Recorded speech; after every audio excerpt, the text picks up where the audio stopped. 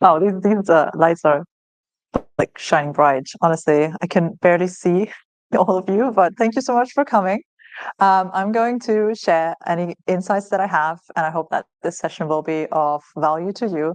I try to make it the most informative that I can, and we'll have essentially I go through the slide deck, which is like maybe up to 30 minutes, and then you can ask me some questions after that. So we have 15 minutes for Q&A after that.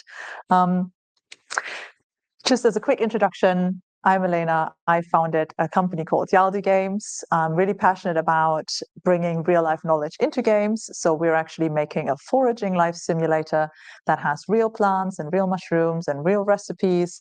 And I hope that it will enable people to learn about nature while also potentially inspiring them to do some real life activities once in a while. Essentially, I'm here because we did a Kickstarter campaign, and that was last year in September. So that was a 30-day campaign, a 4-hour game out and about, and it raised 137,000 from 3,159 backers. And I'm going to tell you all of the work that went into preparing this campaign and all of the different stages that I went through during the campaign, before and after.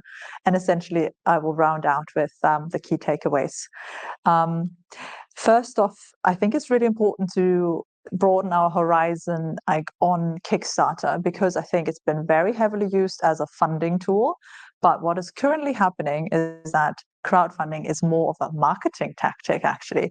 It gives your game another marketing beat to just raise awareness, to bring your community together, to bring more people onto your channels like Discord. And I thought it was really important to say that right up front. This talk is not just for you if you need, funding through Kickstarter. It really is all about, how can you use Kickstarter as a tool, or crowdfunding in general, to increase your marketing, to increase your awareness, and to bring your community together in this, beautiful phase of like the 30 days of the campaign. And I think the best example that I can show and point to is Chibig.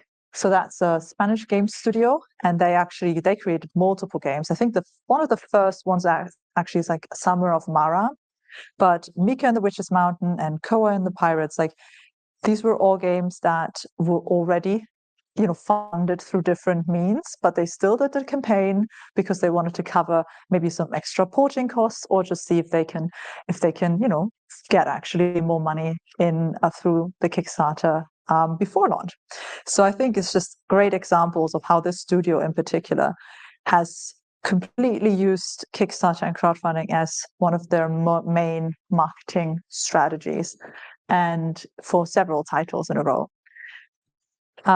So just to point to like a few of the benefits of crowdfunding right at the start.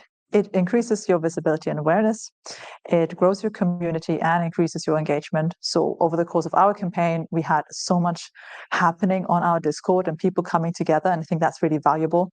It also generates a lot of wish lists, and that is, of course, during the campaign, but also after the campaign, because the Kickstarter page will stay up there for a very long time, well, forever basically, and people will always be able to go back to it or discover it independently from your website or your Steam page or anything like that. So it's just essentially another piece of online real estate that is out there for then people to discover you through. So starting with the essential platforms and the platforms that we're looking at, of course, there's Kickstarter, there's Indiegogo, and there's Patreon. I think it's all important to cover all of them. So Kickstarter, large user base. It has the all or nothing model, which means if you don't raise your goal, you're not going to get any of it. With Indiegogo, that's different. So it's a small user base, but very niche, so very committed in some cases. And you can essentially keep all of the money that you've raised, even if you haven't achieved your goal. So I think that's a really important differentiator between the two of them. And Patreon is really something that is coming up more and more with indie devs these days, is that if you are building your Patreon community, you can have backers subscribe to your company or game on a monthly basis and get payments like £2 or £5 or something from them. And that is also a really good way to actually crowdfund and like finance your game. It doesn't have the same marketing benefits though. So I think often actually the perfect strategy could be to start a Patreon as soon as possible, and then actually use the community that you've built through that, and then do a Kickstarter on top of it. So that's very, very often what we're seeing right now with indie games. Of course, all of these platforms take 10 to 12% of the revenue. So that's always something that you have to, give away in order to use them. So a Kickstarter campaign is essentially split up in these 3 stages. So we've got pre-launch, we got the actual launch, and then we have post-launch. So pre-launch is definitely the busiest phase. So you have to prepare a lot of things to make sure that you are ready to have a successful launch.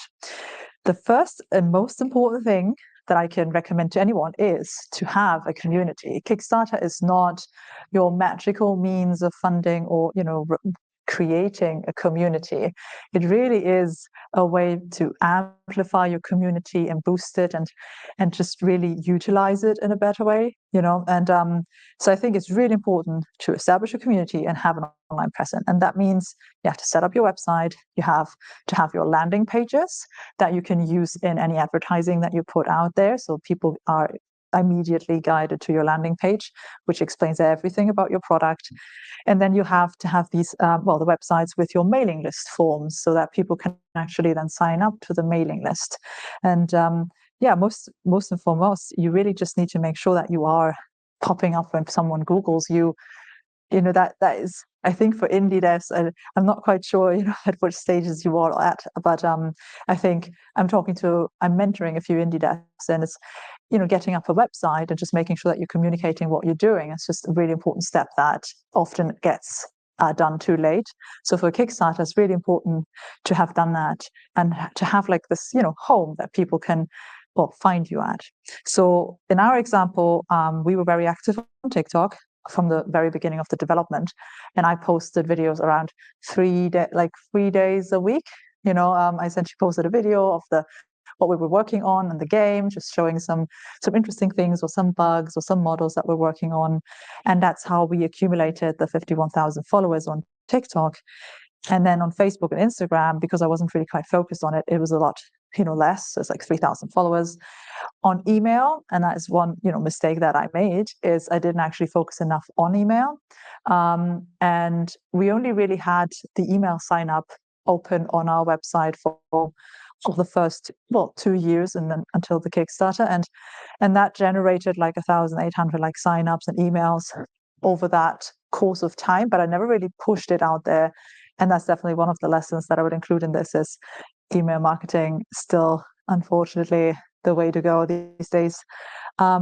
And we had this website that has a section about the team and a section about the product, but then also create a specific landing page that was tailored for Kickstarter. And that was linked in, any ads or anything that we did to raise awareness before the Kickstarter. One of the first things that you'll do then on Kickstarter essentially is to set up a preview page. And it is really a tiny piece of information, but it is really powerful and really important. So your goal here is to communicate your project really well in whatever, that kind of very limited space that you have. So you have to choose a compelling image that communicates as much of the gameplay as possible, and then a title and an elevator pitch, essentially in the title already. And then you have your short description of the project.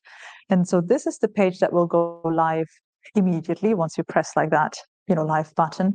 And that means you can start collecting followers on Kickstarter. And they're going to not be massively important, right? But it's still really good to do that, because you can essentially gauge interest. So one of our mistakes actually that we did is our key art doesn't actually tell enough about the gameplay of the game. So I asked some people, okay, what do you think this image stands for? And some people might even have told me that it could be a narrative, or like a visual novel. And that's of course not what we're actually doing. It's a life simulator.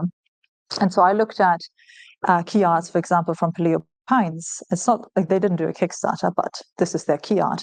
And you can clearly see you've got the dinosaurs, you got the gardening in the background, you've got the nature and exploration in the house and the characters. So you get more of an idea of what this game is like just based on looking at the image. And so I think that was just a bit of a mistake on the preview page that we did because we didn't have the assets. And it's just something that I can advise in general is to make the key art as much telling about the gameplay as possible. So the preview page followers, the goal is, of course, to get as many followers as possible. But those followers are very hardcore Kickstarter users and fans, so they are really hard to get. So a lot of developers, they might not only get like a few hundred followers. You know, those really big games, the big games that are grossing like over 1 million on Kickstarter, they actually have between 7 and 19,000 followers. So if you are getting close to that 3,000, 4,000 follower mark, then you know, okay, that's going to convert really well. So we had around 1,200 followers when we launched. And the data actually is interesting because approximately 10 to 15% will convert on day one. But overall, on average, only 20% will convert throughout the entire campaign. So the followers that you get here, that's not like a direct sale either, unfortunately. It really is just 20%, 20 to 25% that will convert through the entire campaign. So that is just a bit of math that you'll have to do. It's like, okay, how much would we roughly get of the followers that we have right now? And is that a good enough number? Once you are ready to set up your Kickstarter page, there are a lot of really important things to look out for, because one of the biggest mistakes that I'm seeing, and when I'm asked for feedback, is essentially it's just way too much text and it's not enough game. It's not enough images, there's not enough moving images, and that is just often really the issue with some Kickstarter pages. It's about making people feel and see your project and using as few words as possible to do so. I think that would be the goal. 80% of your visitors will watch the trailer. So having a great trailer is of the utmost importance. It's like the one Kickstarter rule is like have a trailer. Absolutely. One thing that I was advised to do, which was really great, is to have a GIF of your core loop at the very beginning, essentially of the page, and then you can round that up with a short paragraph on what is this game about, because that essentially means that 80% of users will at least see that, because I can tell you that a lot of the people, they're not ever going to scroll down to the very bottom.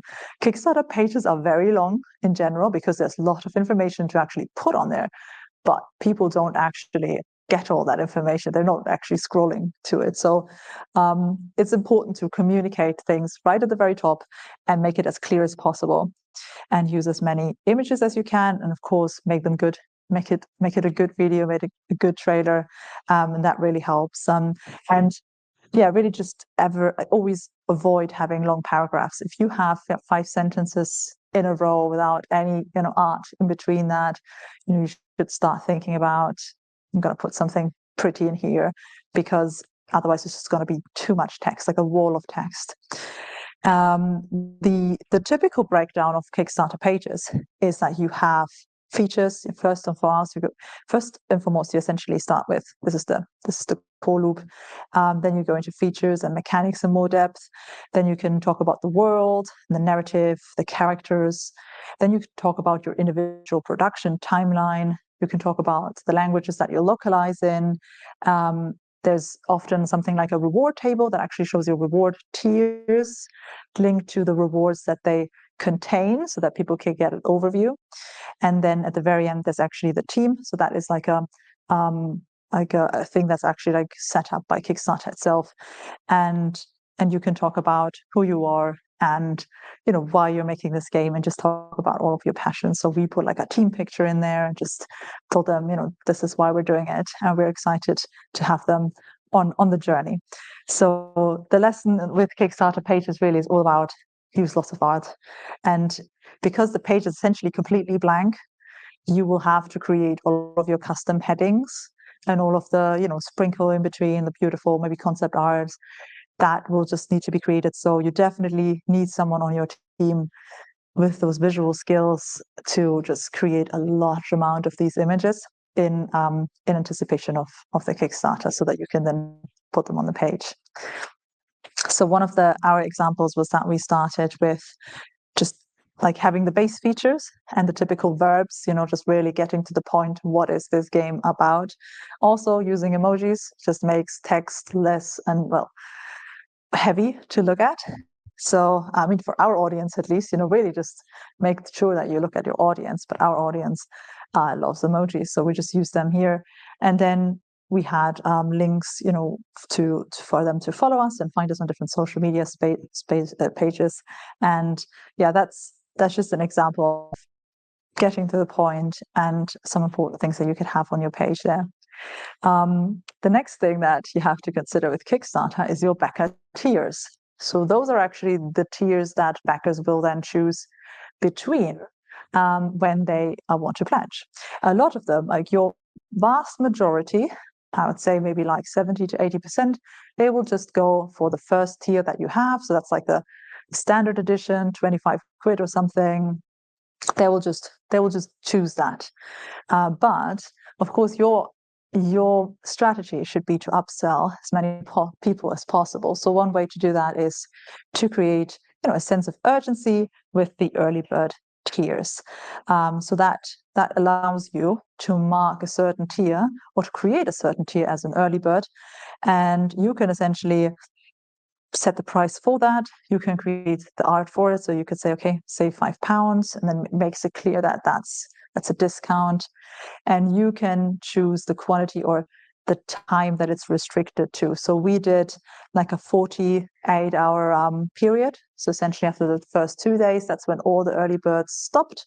But a lot of other games, they've done maybe something like, only 200 are available. And then, once it's gone, it's gone. So you can really just create those yourself. But it's really important to have some of them. So we had them for the second basic tier, so one step upwards. So we had the £25 tier, and then we had the £35 tier.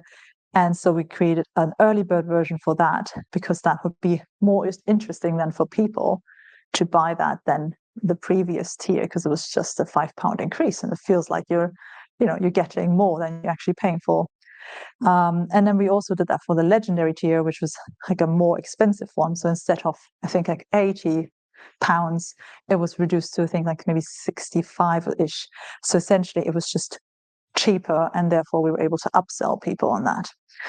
Because that's really the other thing, is to foster the feeling of having made a smart decision with people.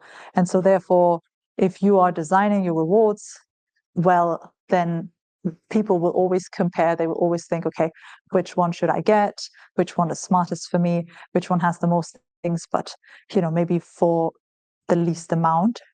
And so that was, in this case, for example, we added a completely like another outfit and cards, and that just made also just visually the image feel much fuller. And so people were really like feeling like they would get more out of the digital deluxe version. And that's how we achieved an average price, like a backer price of £43. So that's just a way of trying to get your backers, like to upsell them and get them to spend more, of course, on rewards that they're excited about. Which leads us to the rewards and add-ons. So Kickstarter essentially has two different ways to structure rewards. So the rewards are things that you are able to then tag in all of your tiers to allow you to create that tier structure. So, tier 1 has these and these rewards. But then there's also add-ons, and add-ons can be added to any order independently. So every add-on that you do is essentially priced separately and can be added to whatever tier you have. And in general, what you want to do with rewards and add-ons is to find low-cost rewards that are still really motivating your audience. So knowing your audience, knowing what they care about, and thinking about ways to fit in that. That's the most important part. One of the most important things to point out is you should stay digital maybe as long as you can, because you could always add physical copies or physical rewards on top of the campaign if it's really going well. I think that's what Mika and the Witch's Mountain did. They had digital rewards, and then they saw, oh, this is lifting off. We're getting a lot of traction here. We got already maybe 300,000, and that's when they created the statue of Mika and essentially put that in as a reward during the campaign. And that's also when they then saw another upbeat, because they already had the traction. It's much easier because physical rewards will essentially just really dilute whatever you have in revenue coming back from the Kickstarter. And another real important thing with rewards is just to not have too many. I know that there's a lot of Kickstarters with very long list of rewards, and we were also one of those Kickstarters. We had a lot of rewards, and there's actually a few of them that I just would not recommend doing. I think I have a slide on this later, but that's some lessons learned, right? About not overdoing it with rewards either. So this is an example of a reward versus an add-on, which in some cases are just the same thing. So you could have a digital copy and it's part of your specific tier. So your tier will get you these things, and those are the rewards.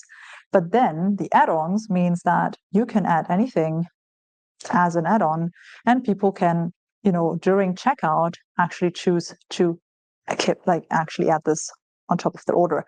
And add-ons are very important because they give you that flexibility. They give you players, people, backers, the flexibility to add things that maybe might not be part of their backer tier because they didn't want to commit that much money, but they did want to have this very specific thing, and that's what they'll buy afterwards. And later on, I'll show you the pledge manager, and that is essentially a way to then upsell again, even after your campaign, through add-ons. So it's really important to just think about, can you make most of your rewards, at least the digital ones, very specific ones, can you make these add-ons and just give people the opportunity to just, if they like it, just put it on top of what they're buying already.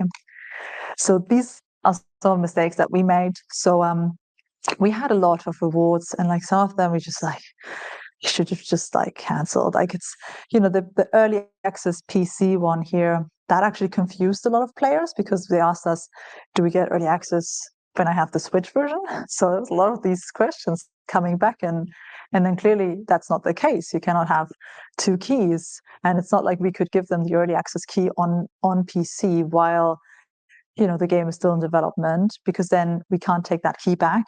And that was really a tricky question to answer. So really, I would have taken that out now.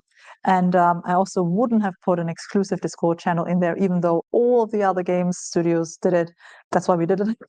But I wouldn't do it again, because honestly, one of our main things with our community is to have open discussion with our players and actually ask them about their opinions. And I didn't want to limit that to the only exclusive Discord channel. And so it's a bit now a bit of a situation where we're okay, what can we offer these exclusive Discord channel people, but also not exclude the rest of the community, which is probably going to be a bit more early play testing, but keeping it so that the rest of the community is just equally involved and not separated. And I think that's important. Also, we had a few tiers that were just way too expensive. A few life simulators, they have these very expensive tiers, but I think only the real major successes will actually sell anything on these higher tiers. I think the highest tier that we sold was around the £600 mark, which was a memorial bench, and only 2 people bought that. One of them was my mum. So yeah. So essentially, I think, really don't bother with these at all, because if one person would do it, and then you have to create that for them, just don't. Keep with smaller things, smaller rewards, and always get in the mindset of, oh, I have to deliver this at some point. Someone will have to put the time in that, and it is always going to take longer than you think it will. So just always plan a bit smaller in that regard. Okay, this looks like a lot of text, but stretch goals is one of the other things, many things that you have to think about when you are preparing your pre-launch. So here it's important that you create achievable goals that your audience wants. So I made sure that I highlight, achievable end once, because sometimes I think we're all, too into our games and we think everything about the games is perfect. But actually, there's only maybe a specific thing maybe that our audience cares about the most. And if we can figure that out and really focus on that and integrate these things into our stretch goals, then, well, it's much easier for us to create stretch goals that the community cares about, as well as those that we can achieve and that will be good for our game. So essentially, I'm going to show you a few tricks that we did, because our stretch goals were a bit of a mess, I'd say. So essentially, we had a set of stretch goals that we wanted to launch with, but we did hide them. So that was the good news. That's why I'm advertising here for keeping some things hidden, because that really helped us. Because essentially, we noticed when we launched, okay, momentum was going to go in a certain direction, and our first stretch goal would have been too far removed to actually keep momentum going. So we actually changed the amount and the stretch goal itself, and we were able to do that because it was hidden. So I'm going to show you some images.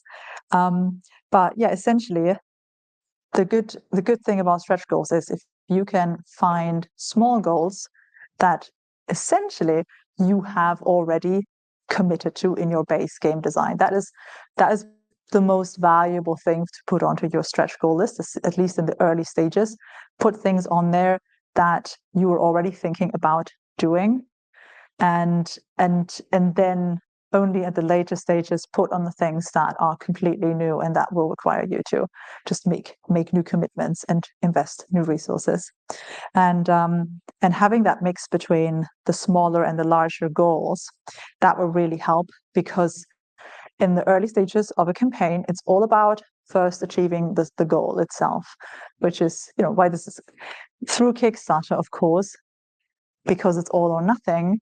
That creates a very interesting psychology, because a lot of backers, if they see that your game hasn't reached, the goal in I would say maybe 5 days or a week into the campaign, they're actually less likely to invest in it, because they first wanted to see it succeed and then invest in it when it's a safe bet. And that is something that, from a psychological perspective, you have to fight against. In the very early stages of the very first days of your Kickstarter, your main goal will be, how can we get funded as quickly as possible? How can we achieve the goal so that well, first and foremost, we can say funded in maybe 48 hours or something, which is like a tag that you can then put on your advertising, which is great. It will boost the algorithm on Kickstarter to guide more people towards your page as well, but also just to get rid of that doubt of backers, so that they make sure when they see your page and they're interested that they also commit. And so having a bit of these smaller and larger stretch goal really helps you, because that means once you have achieved your goal, if you then have a stretch goal that's just £5,000 away, you can very quickly, on top of the announcement, oh, we achieved our goal, you can then put out, oh, we achieved our first stretch goal. And that really helps you just funnel more momentum into the campaign, and it ultimately will help you ideally actually get more revenue out of it. And because so every campaign starts with a big rise in the beginning, and then it flattens out slightly towards the middle part. It gets slow, and then it's going to spike up again at the very end, because that's when all of the reminding emails go out. That's when Kickstarter tells people this campaign is ending soon. They put a timer on it. So there is a lot of momentum at the very beginning and at the very end, and you just need to make sure that you align your stretch goals with that, ideally, to boost the momentum on this journey. So this is, for example, how we hid our stretch goals. So you are not able to actually know what comes after the music player. And that means, at least for us at the very beginning, we were able to make a choice depending, okay, what should we put in there? And I think that was just, that was for us really important, because, as I said, we made the mistake in the very beginning that after achieving that goal of, I think we set it to 36,000, we set the next stretch goal after that in the original plan to 60,000. That would have taken ages, and we wouldn't have been able to actually give an update and like channel the momentum and boost it. So essentially, because we hit it, we were able to then say, okay, you know what, this stretch goal just doesn't work for us. And also because we were doing a survey during the Kickstarter and we were actually asking people, what is the feature that you care about the most? And we figured out, okay, it is clearly foraging. They don't really care about the cooking or the romance or the town upgrades as much as they care about foraging. And that really helped me also decide on a stretch goal. So a lesson from that actually was, for me, ideally do a survey beforehand so that you design your stretch goals perfectly and you don't have to hide them to then be flexible. But if you want some flexibility, you can think about hiding them. And then, of course, the second image here shows just some differences between smaller stretch goals, like the 4,000 between the being funded and that first stretch goal. But then, the difference between photo mode and a music player being 10,000. And then I think towards the middle of the campaign, you can essentially put in larger stretch goals and make sure that, well, because things slow down anyway, then you're not that stressed out to constantly have to update things. Because that was another of my mistakes, is that we had probably too many small stretch goals, which meant that I was constantly having to chase and track and do updates, because that is not something that that Kickstarter announces to you at all. So you have to look out for that yourself. Some companies, some people do pre-campaigns, so we weren't one of those. But I talked to Michael from Tavern Talk, so they did a Kickstarter right after ours, and it did really well. And they actually had done a pre-campaign, so that was like 7,000 euros, I think, that they invested, working with Future Friends as a marketing agency, and essentially just putting ads into Facebook and then channeling people into the preview page to get their followers, and or as well grow their email list, because that's still a really important marketing channel. And so this pre-campaign essentially consists of telling people, okay, this is going to launch soon, follow us and sign up to the newsletter so that you're the first person to hear about it. And that will ultimately help you with your campaign when you get there. So it's optional, but yeah, if you have the resources, it's recommended. Of course, what you also need to do in the pre-launch phase is to actually look at who are you going to be working with. Is it, of course, it is possible to just be, on your own for yourself, but there are marketing agencies out there, and we actually worked with 2 of them, and you can see my feedback on those. So essentially, BackerKit has been a great experience for us. So they're very committed to creating a really good experience when it comes to doing Kickstarter support and doing marketing for it. But they also build their own platform, and they have a lot of other added services.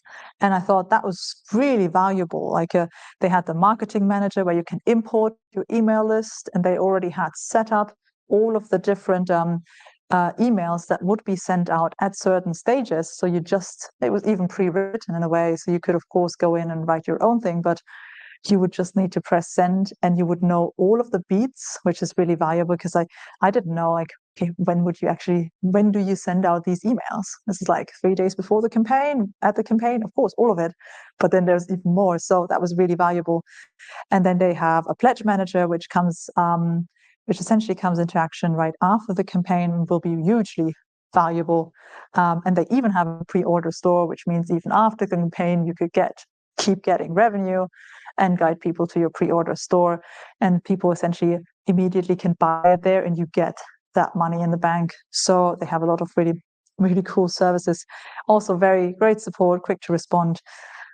They start running ads immediately, which is really important, because I didn't realize that BackerCamp actually didn't do that. So when I was working with BackerCamp, they only started running the ads when the campaign was already 75% funded, which meant that we were just slowed down at that stage. And so that was a bit of a hit, I guess, because we weren't able to make the funded in 2 days. It was like slightly above 48 hours, actually.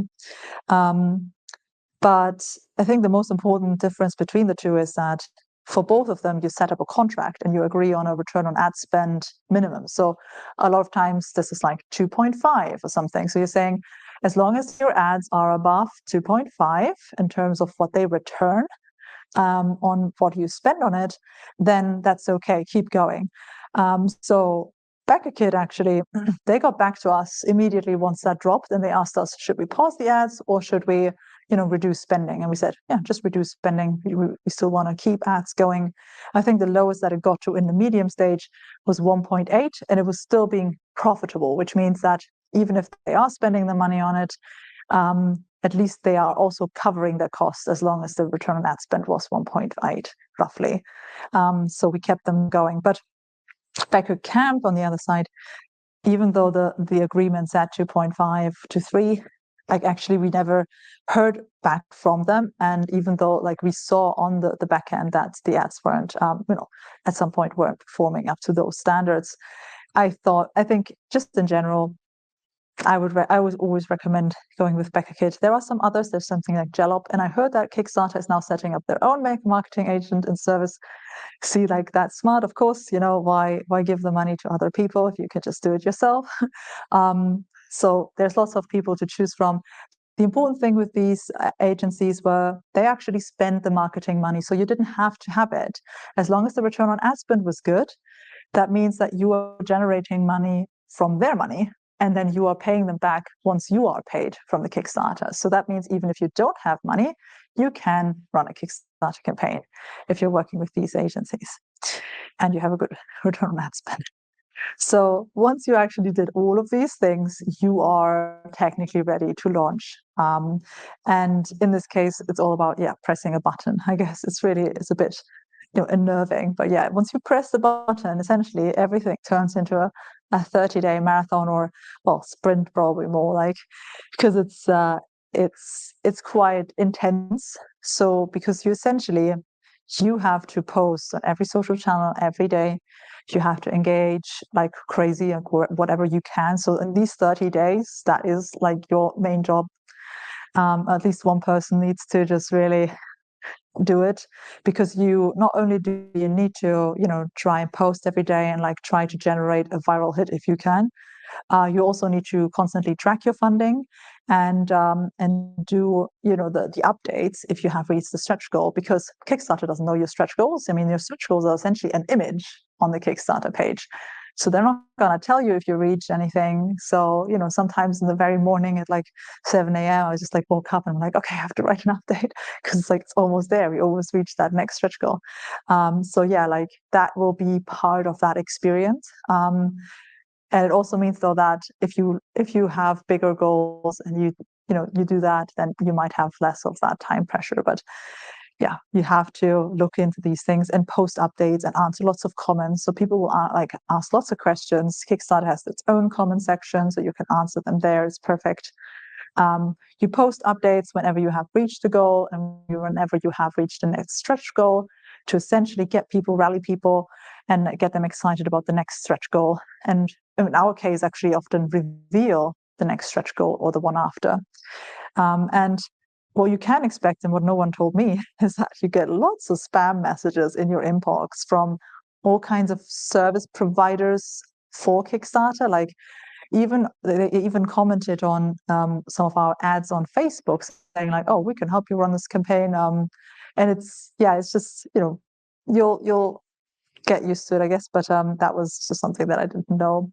And of course, what you should have as a preparation from all your pre-launch stuff is having the Discord prepare, because I know it is a stressful 30-day kind of event. So it's it's going to take some of your energy, but it's also really fun to have people talk on your Discord. It was beautiful time to for people they post their gifts when we reached like a stretch goal, and everyone was like really excited and like partying on the Discord. And that was like, I think, the most active our Discord channel was, which again shows how much Kickstarter can just really rally your community, bring the people together. And yeah, that's really something I can like recommend. Is just that will give you the energy that you need to get through that month. And yeah, something that we also did that was during the campaign, and I think that's one of the positives actually of BackerKit Camp. So they did that, and now I'm passing on that knowledge so that you can do it even if you wouldn't work with them. Is that you essentially send backers a link to a survey, and you ask to fill it out. And because they're your backers and they're really excited in the very moment, you essentially get their attention. You actually get them to fill out that survey. So out of the 3,000 backers that we had, we got like 1,200 survey answers, but I think Backer Camp actually didn't send the survey to everyone. So it was only a few, I think maybe a certain percentage, but it was great. That data was fantastic. We really asked people, what feature are you most excited about? And that helped me, like from a design standpoint, like a lot, because, we're excited, we're devs, we're all excited about the different features that our games have, but what is the feature that your customer cares about the most? That's really valuable information. And ultimately, it still helps us now to this day to have this survey. So I can recommend, if you want to gather any kind of data, asking about, that and maybe platforms or where are you located, because that really helped us, figure out, okay, we actually got a lot of backers from the US, and then after that it's Australia. It's like, okay, nice. and that really helps us now, because it's like, okay, we clearly need to create more American content, because we have because our game's about foraging. It's about, where are the plants located, and in our case, this information of where are our people, backers located, is really helpful for us, because we can then create more plants that are relevant to them, and that has informed our roadmap in the future. So it's just really useful data. And so after you have gotten through the timeline, so the 30 or 60 days, whatever you committed to, you will get your payment. It will take 2 weeks to get to you. It will also mean that Kickstarter and Stripe will automatically deduct all of their money essentially from what you're getting. It will be linked to so essentially just transferred into your bank account. And after that point, the marketing agencies that you worked with, they will essentially send you the invoices for the costs that they incurred, and then also a separate invoice for the costs that, their own charge. And I didn't mention that in saying, but it was on the slide before, is they charge 15% on the essentially the revenue that they generated through their ads, which is really, I think, really generous in that regard, because we didn't have to pay them much. It's like maybe £3,500 or something. It's like, because that was the 15% of only the thing that they generated through their ads. So if you're doing well with community and you have other ways of doing marketing on your own and getting people to the Kickstarter, and Kickstarter itself will be a great, way to also funnel people to your page. Kickstarter will put you up on their lists. Maybe they give you the Project We Love tag, or the trending, and that's how you get a lot of people. And you don't have to pay the marketing agencies on the people that you bring to your page, or that Kickstarter brings to your page. Probably is going to change if Kickstarter is the marketing agency as well. So it's going to be interesting. But yeah, so essentially after the campaign, it goes over to the fulfillment. And in this case, actually, where the Backer Kit Pledge Manager came in, and that was just great for us. So essentially what you do is you import all of your backer data from Kickstarter, which essentially is the data of, here's the backer number, here's the name, here's the tier that they got, essentially the tier that they ordered, and maybe potential add-ons.